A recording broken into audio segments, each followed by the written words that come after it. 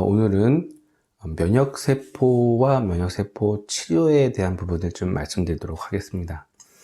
최근에 가장 많이 관심 갖고 있는 부분 중에 하나인데, 아무래도 가족 중에 아니면 본인이 암에 걸렸다거나 암에 걸린 경험이 있다거나 아니면 가족력이 있다거나 하시는 분들은 암에 대해서 굉장히 궁금해 하실 거고, 암 치료에 대해서 굉장히 관심을 가질 건데요. 최근에 이 면역 치료가 새로운 항암, 제4의 항암 치료 방법으로 좀 대두가 되고 있습니다. 아시겠지만 보통 암의 발병이 되게 되면 수술적인 방법으로 그 암 종양 덩어리를 제거하는 수술이 1차적으로 진행이 됩니다. 그리고 난 뒤에 항암요법을 통해서 제거하지 못했던 일부 남아있는, 아니면 어디가에 남아있을 것 같은 그런 그 암 조직들을 제거하는 치료를 하게 되고, 그리고 나서 그런 수술이 끝나고 난 뒤에 5년 정도가 지났을 때까지 재발하지 않을 경우에 이제 완치 판정을 받게 되는데, 보통 그 수술적인 그 종양을 제거하는 수술 이후에 진행하는 항암 치료가 굉장히 많이 힘들죠. 저희 아버지도 암이셨기 때문에 저도 그 상황을 봐봐서 알고 있지만, 그 항암 치료가 굉장히 많이 힘듭니다. 예를 들어서 약물을 먹는다거나 아니면 방사선 치료를 한다거나 굉장히 좀 힘들죠. 최근에는 모르겠습니다. 그게 벌써 한 15년, 20년이 다 지난 일이다 보니까 최근에 어떤 기술이, 또 의료 기술이 많이 개발이 돼서 좀 더 덜 고통스러운 방법이 있는 걸로 알고 있는데, 그래도 항암 치료라는 것 자체가 좀 힘들죠. 그럼에도 불구하고 또 재발이 될 수도 있고, 그런 와중에 지금 나타나고 있는 게 면역세포 치료인데요. 이 면역세포는 무엇이냐면, 말 그대로 몸의 면역을 키워주는 세포입니다. 일반적으로 사람의 몸에는 항상 매일 수백 개 이상의 병균 세포들이라고 해야 되나요? 암세포도 될 수 있고, 다른 일반적인 질병을 일으킬 수 있는 세포들이 발병이 되고, 또 외부로부터 들어오는데, 일반적으로 사람들이 질병이 항상 걸리지 않는 이유는, 이 면역세포가 항상 이 새로운 그 병형군 세포들이 생겨날 때, 그거를 공격해서 없애주는 역할을 합니다. 그런데 이 면역세포가 체계가 무너지거나, 면역세포가 숫자가 좀 떨어지게 되면, 이 종양세포라든지 병형세포들이 자라나면서 몸에 이제 이상을 나타내기 시작을 하는 거죠. 그래서 어떻게 보면 여러 가지 질병을, 최근에 또 코로나19도 그렇지만 면역력이 떨어진 분들한테 이 코로나19가 발병될 확률도 높고, 또 발병됐다고 해도 사망률이 높은 경우는 기저질환이 있으신 분들, 그러니까 기존에 이제 면역력이 많이 떨어지셨던 분들이 어떻게 보면 이제 사망률이 좀 더 높게 나타나는 이유도 이 면역력이 굉장히 중요한 거라고 말씀을 드릴 수 있는 거죠. 그래서 최근에는 이 면역세포를 가지고 이제 암 예방, 아니면 암을 재발을 방지하는 그런 치료요법으로 사용되고 있는데, 우선은 면역세포 자체가 암을 어떻게 보면 1차적으로 수술을 안 해도 암을 치료할 수 있는 그런 건 아닙니다. 아까 말씀드린 것처럼 1차적인 수술 방법은 진행이 되고 난 뒤에 재발을 방지하기 위한 요법으로 많이 사용되고 있습니다. 면역세포에는 종류가 4가지 종류가 있는데요. T세포, NK세포, B세포, 수지상세포, 이렇게 4종류가 있는데, 이 4종류의 세포는 각기 하는 역할이 조금씩은 다릅니다.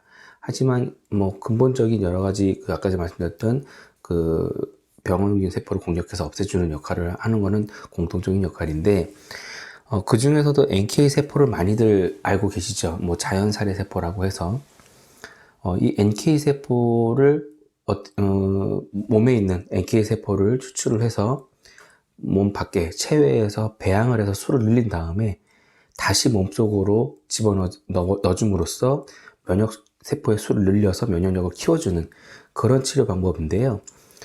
우선 우리나라에도 면역세포 치료제가, 식약처의 허가를 받은 치료제가 하나가 있습니다. 녹십사 셀에서 개발한 이뮨셀이라는 치료제인데요. 이 이뮨셀이라는 치료제는 본인의 말초 혈액, 환자의 말초 혈액을 뽑아서 체외에서 배양을 합니다. 한 2주 정도 배양을 해서 이 세포수를 증식을 한 다음에 다시 몸속에 집어넣습니다. 뭐 1회로 끝나는 건 아니고 보통 적어도 한 6회 이상의 치료를 진행을 해야 어느 정도 지금 치료가 나타난다고 얘기를 하고 있는데 비용이 좀 만만치는 않습니다. 아무래도 일반 치료제는 뭐 화학약품 같은 경우는 이제 찍어내는 알약이나 이런 것들은 대량으로 생산할 수 있다 보니까 치료제 비용이 좀 낮아질 수 있지만 이런 그 자기의 몸에서 말초혈액이라든지 주기세포를 취취해서 배양을 해서 만드는 거는 어떻게 보면은 맞춤 치료제이고 또 배양하는 그런 시설이나 배양하는 방법에 여러 가지 비용이 들어가다 보니까 비용이 비쌀 수밖에 없습니다. 그래서 보통 제가 알고 있기로는 1회 받는 비용이 약 한 600만 원 정도 되는 걸로 알고 있습니다. 그래서 국내에서도 비용이 이 정도 되는데 보통 NK세포 치료를 받기 위해서 일본으로 많이들 가시거든요. 뭐 아까 말씀드린 것처럼 녹자셀은 T세포 치료제, 그리고 이제 일본에서 진행하는 치료는 NK세포 치료인데 NK세포를 많이들 선호하세요. 뭐 그게 뭐 좋다 나쁘다는 아닙니다. 뭐 환자의 상태에 따라서 뭐 그 치료 방법이 바뀔 수 있겠지만 일반적으로 일본으로 환자를 이송하는 업체들이 NK세포가 더 좋다라고 해서 굉장히 홍보를 많이 하고 있다 보니까 그래서 NK세포를 좀 많이 알고 계신 거죠.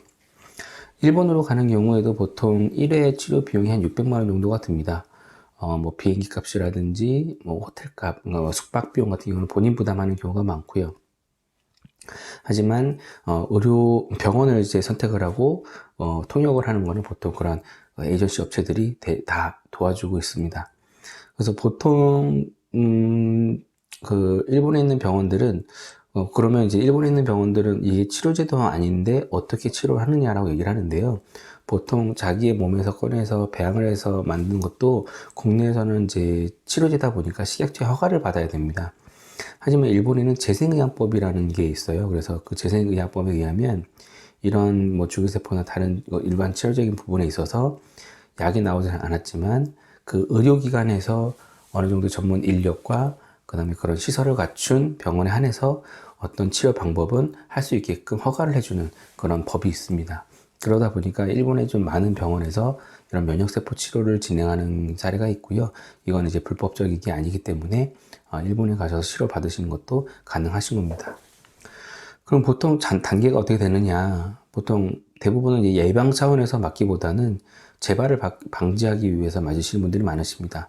뭐 암에 걸리시면 보통 진단금이 나오시잖아요. 뭐 보험을 가입하셨던 분들은 그 진단금을 가지고 좀 비용이 비싸더라도 재발을 방지하기 위해서 맞으시는데 보통 일본에 가기 전에 한 2주, 3주 전에 체열을 먼저 합니다. 체열을 해서 그 체열한 거를 일본 병원으로 보내면 일본에서 그거를 배양을 하는데 한 2, 3주 정도 걸리니까 그 스케줄에 맞춰서 방문 일정을 맞추고 그래서 그때 맞춰서 일본에 방문하면 1차적으로 그 면역세포 치료를 받게 되고요.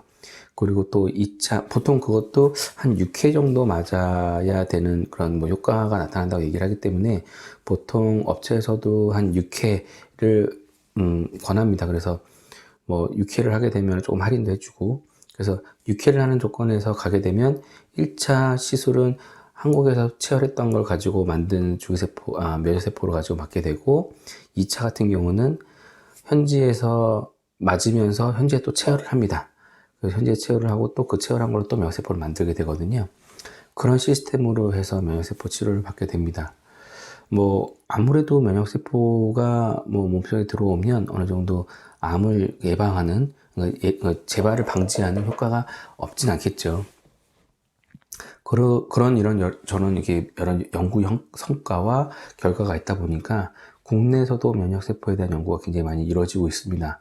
그래서 국내에서도 2019년 작년 8월 달에 국회에서 첨생법이 통과가 됐습니다. 이게 첨단재생의료법인데요. 이게 통과가 됨으로써 올해 8월부터 시행이 진행될 건데 많은 분들이 이런 면역세포 치료도 국내에서 받을 수 있지 않겠느냐라는 많은 기대를 하고 계십니다. 그래서 이 세부 시행령이 아마 8월 달에 나오기 때문에 8월 달에 나오면 그 부분도 좀 정리를 해서 말씀드리도록 하겠습니다. 뭐 예전에 뭐 최순실 사건이 있었을 때 김기춘 뭐 비서실장이 무슨 주사를 맞으러 갔다 왔다. 뭐 이런 얘기가 있었잖아요. 이게 저도 뭐 정확치 않지만 대략 이런 면역세포 주사인 걸로 알고 있습니다. 그래서 면역세포는 어떻게 보면 뭐 항노화, 그러니까 노화를 예방하는 그런 차원의 주사는 아닙니다. 말 그대로 좀 면역이 떨어져 있는 거를 높일 수 있는, 그래서 다른 질병이 발병되는 거를 좀 많이 예방할 수 있는 차원이기 때문에 면역세포 주사를 예방 차원에서도 많이 맞으시는데, 항노화하고는 좀 거리가 멀기 때문에 항노화라고 홍보를 하면서 얘기하는 업체는 조금 조심하시는 게 좋지 않을까 생각이 됩니다. 항노화는 어떻게 보면 면역세포가 아닌 줄기세포가 항노화하고 어느 정도 좀 거리가 좀 더 가깝다고 할 수 있거든요. 그래서 이 업체들 중에 면역세포를 가지고 항노화, 늙음을 뭐 막는다 이렇게 얘기하는 업체들은 조금 과장될 수가 있으니까 그 부분 조심하시길 바라고요. 뭐 오늘 이제 면역세포에서 간단하게 말씀드렸는데, 이걸 보시고 좀 궁금해 하시는 분이 계시면 뭐 이 댓글 달아주시면 제가 그 부분에 대해서 또 다시 자세하게 설명을 드릴 수 있도록 하겠습니다.